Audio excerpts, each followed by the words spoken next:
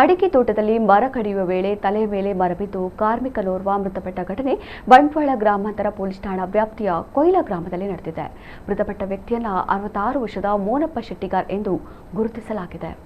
ಕೊಯ್ಲಾ ಗ್ರಾಮದ ಮುಳಿಯಾ ಎಂಬಲ್ಲಿರುವ ಸಿಪ್ರಿಯಾನ್ ಲೋಬೋ ಅವರ ಮನೆಯ ತೋಟದಲ್ಲಿ ಅಡಿಕೆ ಮರ ಕಡಿದು ಎಳೆಯುವ ವೇಳೆ ಮರ ಆಕಸ್ಮಿಕವಾಗಿ ತಲೆಗೆ ಬಿದ್ದ ಪರಿಣಾಮ ಮೋನಪ್ಪ ಶೆಟ್ಟಿಗಾರ್ ಸ್ಥಳದಲ್ಲೇ ಕೊನೆಯುಸಿರೆಳೆದಿದ್ದಾರೆ. ಈ ಕುರಿತು ಬಂಟ್ವಾಳ ಗ್ರಾಮಾಂತರ ಪೊಲೀಸ್ ಠಾಣೆಯಲ್ಲಿ ಪ್ರಕರಣ ದಾಖಲಾಗಿದೆ.